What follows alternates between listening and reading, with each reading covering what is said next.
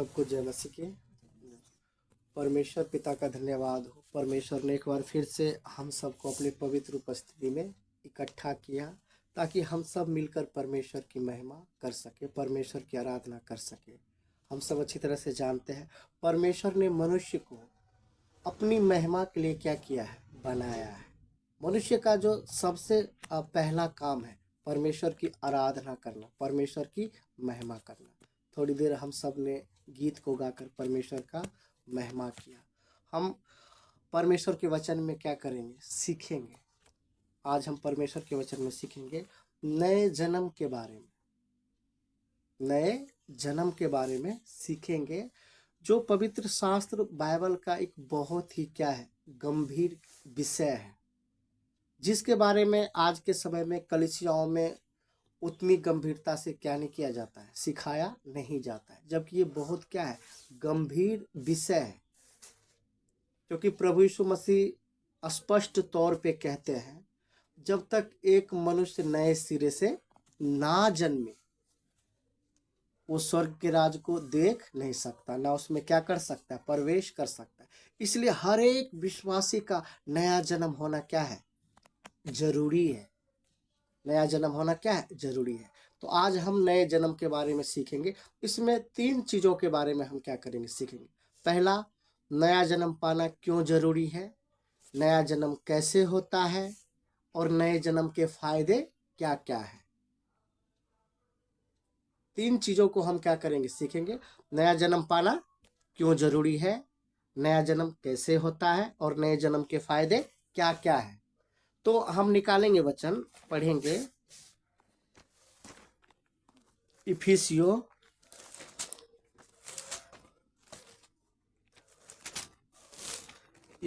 पढ़ेंगे 2 अध्याय का 1 वचन।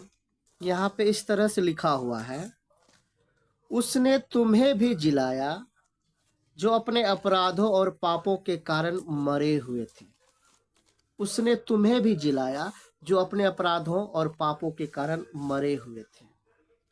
हम सब भी अच्छी तरह से जानते हैं, हम सब भी पाप और अपराध में क्या थे, मरे हुए थे।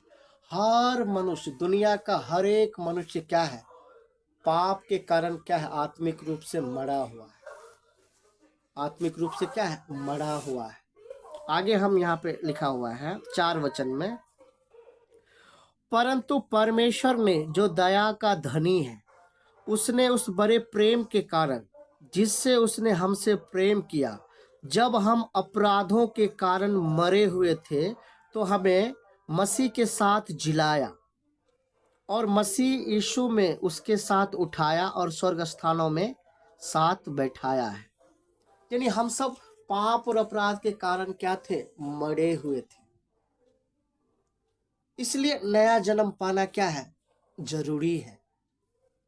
क्योंकि हम पाप और अपराध में क्या थे, मरे हुए थे। और वचन में क्या लिखा है, परमेश्वर जो दया का क्या है, धनी है, बड़े प्रेम के कारण क्या किया, उसने हमें मसीह यीशु में क्या किया, जिलाया। क्या किया, हमें जिलाया है। हम सब अच्छी तरह से जानते हैं सारी सृष्टि को बनाने वाला एक ही क्या है, यहोवा परमेश्वर है, जिसने सब कुछ बनाया, जिसने सब कुछ बनाया। और छठा दिन क्या किया, परमेश्वर ने मनुष्य को अपने स्वरूप और अपने समानता में बनाया। और मनुष्य को परमेश्वर हमेशा हमेशा के लिए क्या किया था, बनाया था। जब मनुष्य को बनाया था उस समय मौत नहीं था, उस समय क्या नहीं था, मौत नहीं था, पाप भी नहीं था, संसार में बुराई भी नहीं था। लेकिन हम देखते हैं पहला जो मनुष्य था आदम हव्वा, उसने परमेश्वर की आज्ञा को तोड़ दिया, परमेश्वर की आज्ञा को तोड़ दिया। परमेश्वर ने आज्ञा दिया था वाटिका में जितने भी क्या है खाने के लिए फल है उसको तुम क्या कर सकते हो, खा सकते हो। लेकिन वाटिका के बीच में जो भले और बुरे के ज्ञान का क्या है, फल है, उसको कभी भी नहीं खाना। जिस दिन तू उसको खाएगा क्या हो जाएगा, मर जाएगा। तो निश्चय क्या हो जाएगा, मर जाएगा। लेकिन हम देखते हैं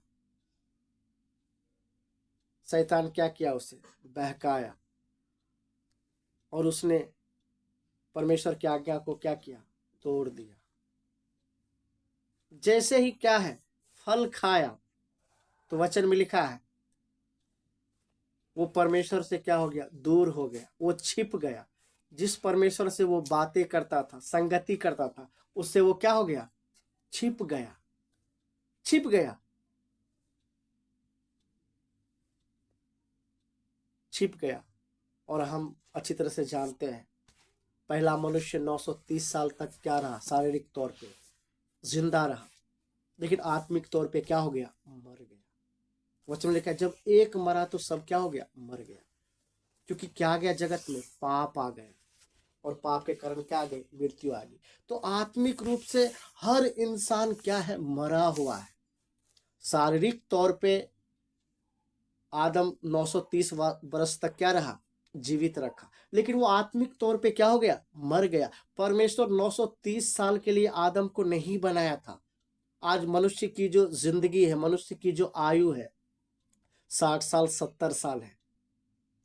इतना सा के लिए परमेश्वर क्या ने किया है, मनुष्य को नहीं बनाया है। मनुष्य को हमेशा हमेशा के लिए क्या किया है, बनाया है। लेकिन आज मनुष्य पाप के कारण आत्मिक तौर पे क्या है, मरा हुआ है।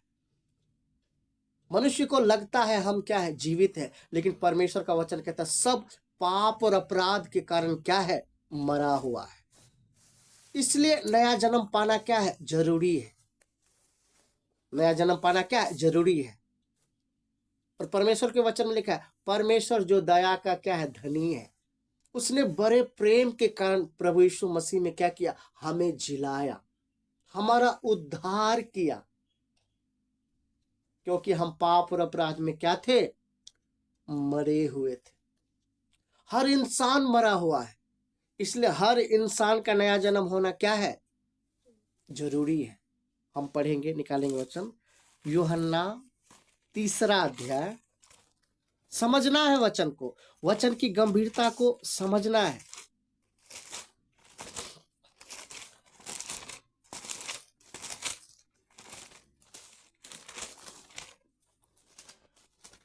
यूहन्ना सुसमाचार 3 अध्याय का 3 वचन इस तरह से लिखा हुआ है। यीशु ने उसको उत्तर दिया, मैं तुझसे सच सच कहता हूं, यदि कोई नए सिरे से ना जन्मे तो परमेश्वर का राज्य देख नहीं सकता। यहाँ पे हम देख रहे प्रभु यीशु मसीह, निकोदेमुस जो क्या है, फरीसी है, जो क्या है, फरीसी है, जो यहूदियों का क्या है, सरदार है, जो यहूदियों का क्या है, सरदार है। फरीसी मतलब क्या, जिसको उत्पत्ति से लेकर मलाकी तक का जो भी किताब है, परमेश्वर की जो भी व्यवस्था है, उसको वो अच्छी तरह से क्या है, जानने वाला क्या है, व्यक्ति है। दूसरों को वो क्या करते हैं, परमेश्वर के बारे में सिखाते हैं। लेकिन प्रभु यीशु मसीह उस निकोदेमुस से क्या कहता है, जब तक एक मनुष्य नए सिरे से ना जन्मे वो परमेश्वर के राज्य को क्या नहीं कर सकता है, देख नहीं सकता।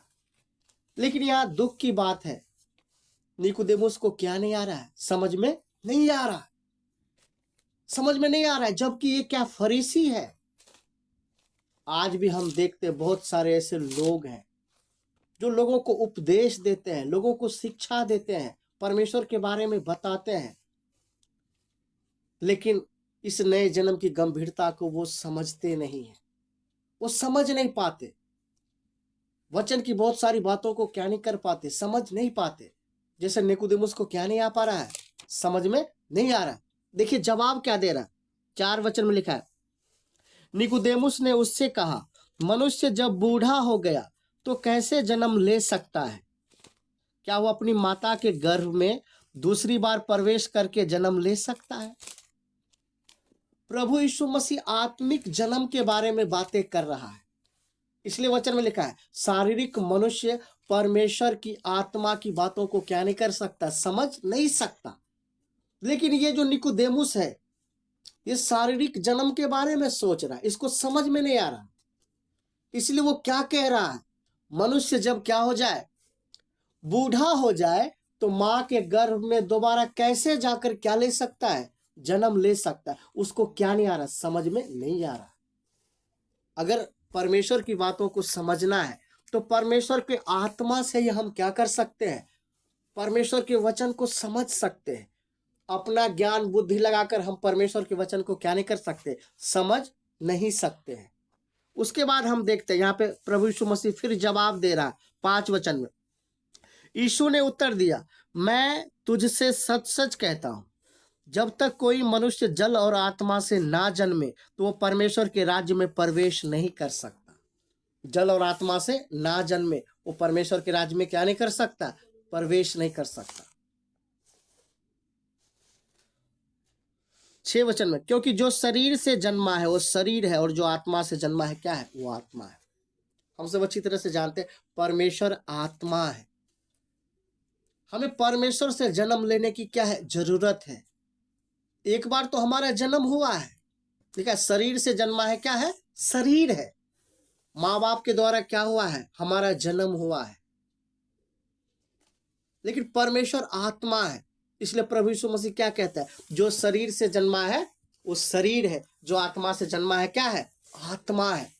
आत्मिक जन्म के बारे में हमें परमेश्वर से आत्मा से जन्मने की क्या जरूरत है। क्यों, क्योंकि पाप और अपराध के कारण हम सब क्या है, मरे हुए हैं। हर इंसान को अगर परमेश्वर के राज्य को देखना है, परमेश्वर के राज्य में प्रवेश करना है, तो उसको नए सिरे से जन्म लेना पड़ेगा। हम आगे सीखेंगे भी कि नया जन्म होता कैसे है, लेकिन हम पहले क्या सीख रहे हैं कि नया जन्म पाना क्यों जरूरी है। क्योंकि हम पाप और अपराध के कारण क्या है, मरे हुए। हर मनुष्य क्या है, पाप और अपराध के कारण मरा हुआ है। चाहे वो किसी जाति का हो, किसी धर्म को मानने वाला हो, चाहे वो अनपढ़ हो या पढ़ा लिखा हो, या कोई भी क्यों ना हो, हर मनुष्य पाप और अपराध के कारण क्या है बेटा, मरा हुआ है। इसलिए हर मनुष्य को नए सिरे से जन्म लेने की क्या है, जरूरत है। लेकिन देख रहे हैं यहाँ पे निकोदेमुस को क्या नहीं आ पा रहा है, समझ में नहीं आ रहा। इस नए जन्म की गंभीरता को निकोदेमुस क्या नहीं कर पा रहा है, समझ नहीं पा रहा है। आगे अगर हम पढ़े 9 वचन, लिखा है, निकोदेमुस ने उसको उत्तर दिया, ये बातें कैसे हो सकती है, ये बातें कैसे हो सकती है। 10 वचन में, यह सुनकर यीशु ने उससे कहा, तू इस्राएलियों का गुरु होकर भी क्या इन बातों को नहीं समझता। तू इस्राएलियों का गुरु होकर भी इन बातों को क्या नहीं करता है, समझता नहीं है। तुमको क्या समझ में नहीं आ रहा,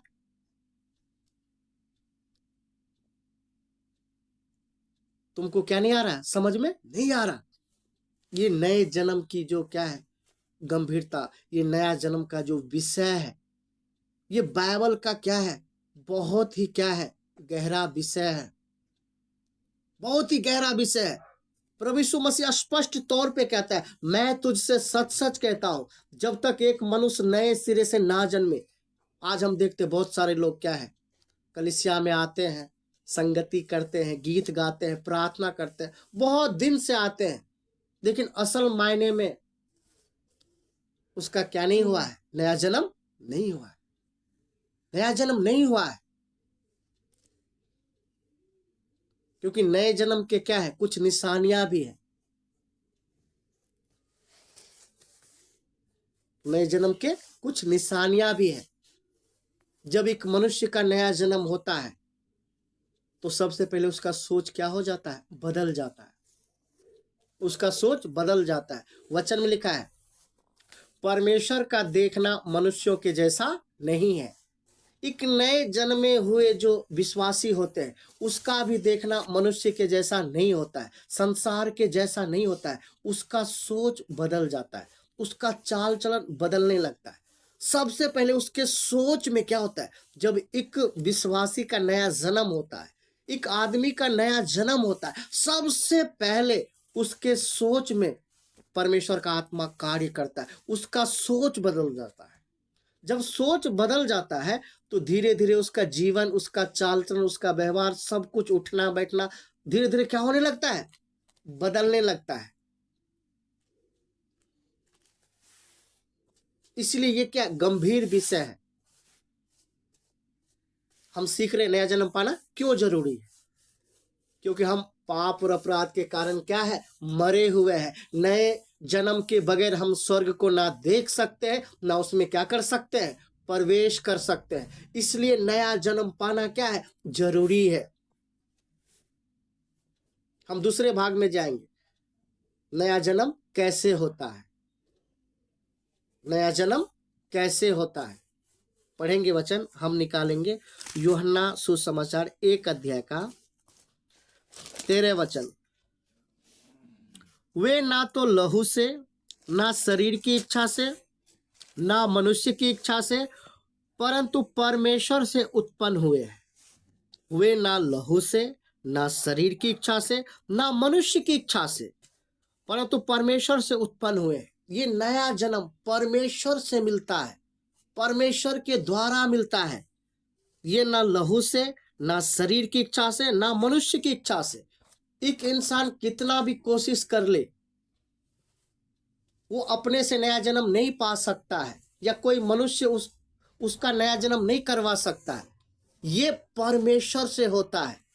जब तक परमेश्वर ना चाहे, परमेश्वर के द्वारा ही क्या मिलता है, नया जन्म मिलता है। परमेश्वर के द्वारा नया जन्म मिलता है। इसलिए वचन में लिखा है, वे ना तो लहू से, ना शरीर की इच्छा से, परंतु परमेश्वर से उत्पन्न हुए हैं। परमेश्वर से क्या हुए हैं, उत्पन्न हुए हैं। नया जन्म कैसे होता है, परमेश्वर के द्वारा होता है। उसके बाद हम पढ़ेंगे यूहन्ना 5 अध्याय, उसका 21 वचन में इस प्रकार लिखा हुआ है, जैसा पिता मरे हुओं को उठाता और जिलाता है, वैसा ही पुत्र भी जिन्हें चाहता उन्हें जिलाता है। पहले हम क्या देखें, परमेश्वर के द्वारा, उसके बाद पुत्र के द्वारा, यानी प्रभु यीशु मसीह के द्वारा। प्रभु यीशु मसीह के द्वारा जैसा पिता मरे हुओं को उठाता और क्या करता है, जिलाता, वैसे ही पुत्र भी जिन्हें चाहता है उन्हें जिलाता है।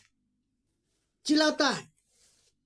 नया जन्म, नए सिरे से जन्म यीशु मसीह के द्वारा भी क्या होता है, एक व्यक्ति को क्या मिलता है, नया जन्म मिलता है। उसके बाद वचन में लिखा है आत्मा के द्वारा। पढ़ेंगे हम यूहन्ना 3 अध्याय का 6 वचन। क्योंकि जो शरीर से जन्मा है वो शरीर है, और जो आत्मा से जन्मा है वो आत्मा है। परमेश्वर के आत्मा के द्वारा क्या मिलता है, आत्मिक जन्म मिलता है, नया जन्म मिलता है।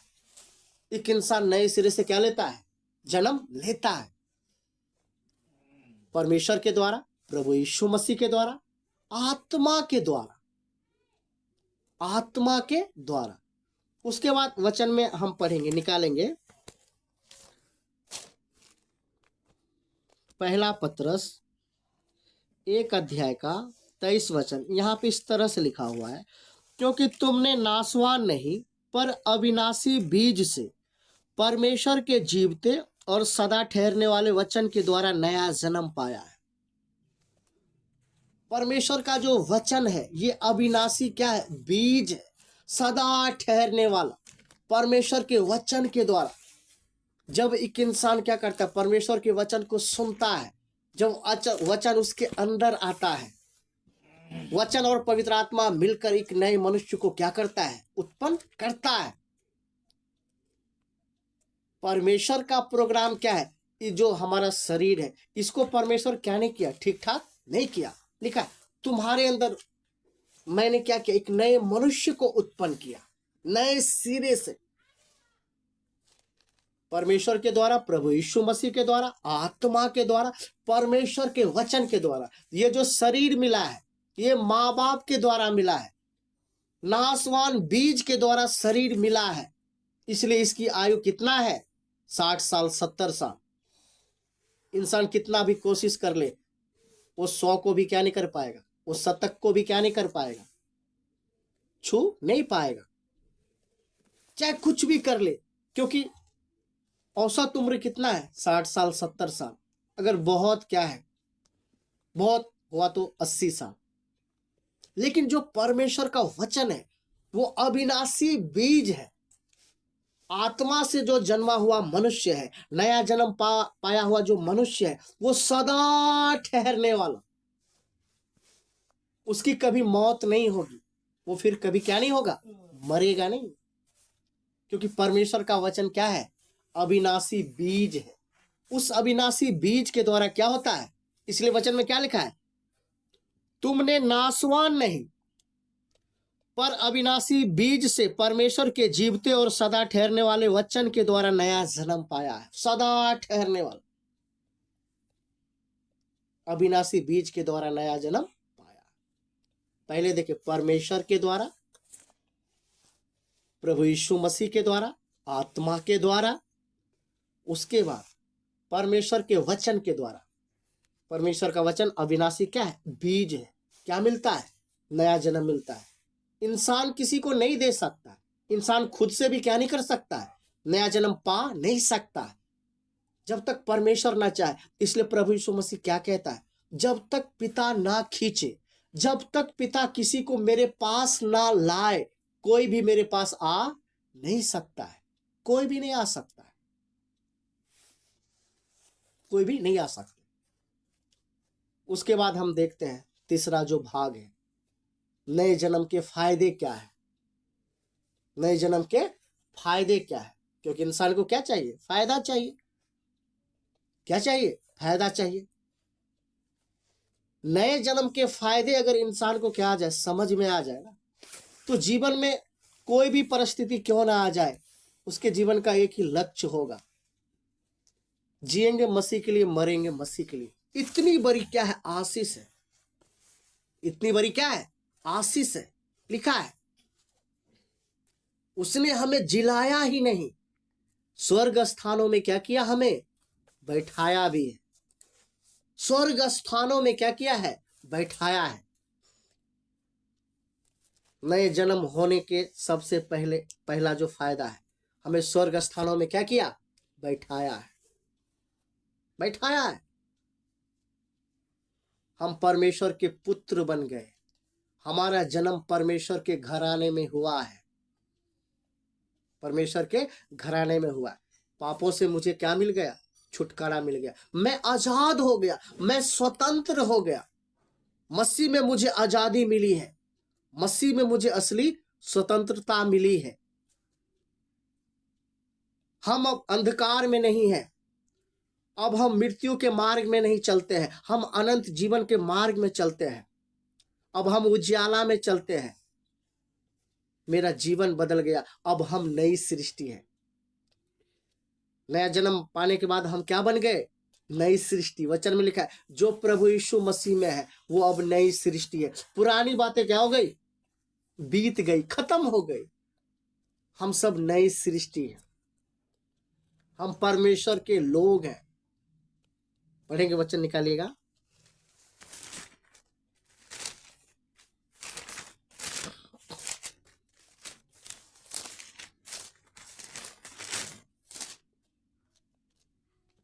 पहला पत्रस 2 अध्याय का 9 वचन में इस तरह से लिखा हुआ है, पर तुम एक चुना हुआ वंश और राजपदधारी, याजकों का समाज और पवित्र लोग और परमेश्वर की निज प्रजा हो, इसलिए कि जिसने तुम्हें अंधकार में से अपनी अद्भुत ज्योति में बुलाया है, उसके गुण क्या करो, प्रकट करो।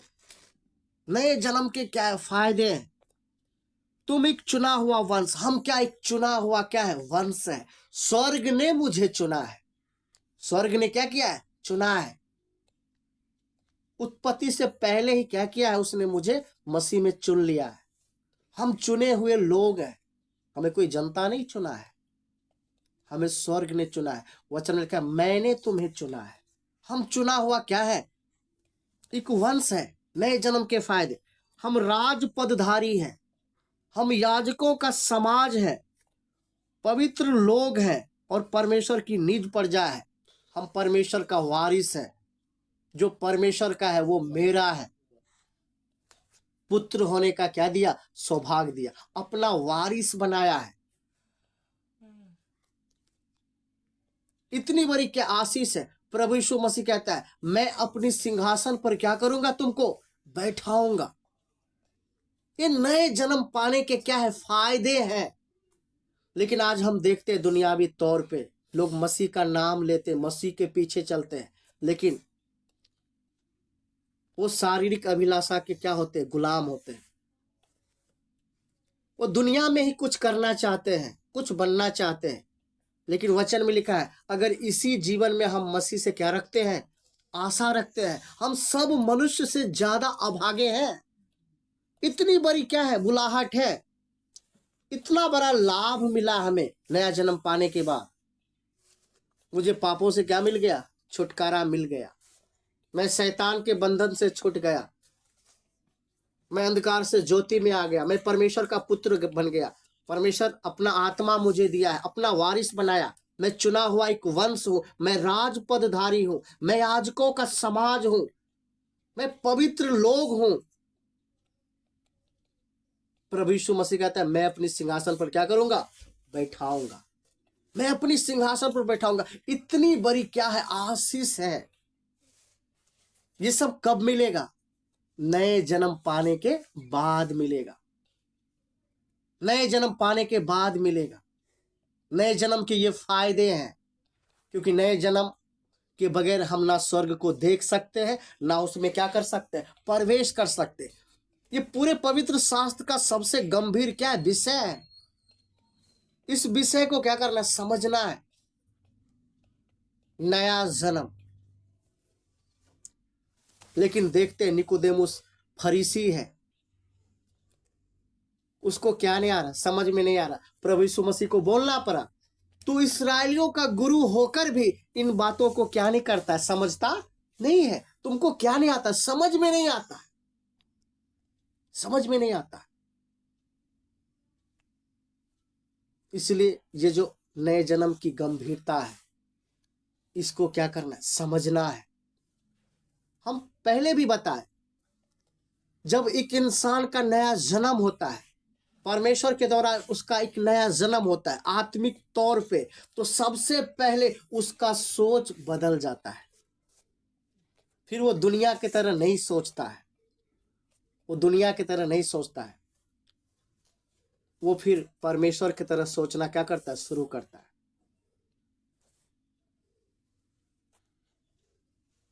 क्योंकि परमेश्वर का बीज क्या हुआ है, उसके अंदर आया है। फिर प्रभु यीशु मसीह का स्वभाव, पिता का स्वभाव उसके जीवन से क्या होने लगता है, प्रकट होने लगता है। वो धीरे धीरे मसीह में बढ़ने लगता है। उसके जीवन का एक ही चाहत होता है, एक ही सोच होता है, हमें अब मसीह के लिए जीना है, अपने लिए नहीं जीना है। मैंने अपनी आशा और अभिलाषा को क्रूस पर क्या कर दिया, चढ़ा दिया। मैं अगर जिंदा हूं तो मसीह के लिए, उसकी महिमा के लिए मैं क्या हूं, जिंदा हूं। मेरे द्वारा जाति जाति के लोग प्रभु यीशु मसीह की क्या करें, महिमा करें। मैं उसका पुत्र बन गया। उसने मुझे सारा क्या दिया है, अधिकार दिया है।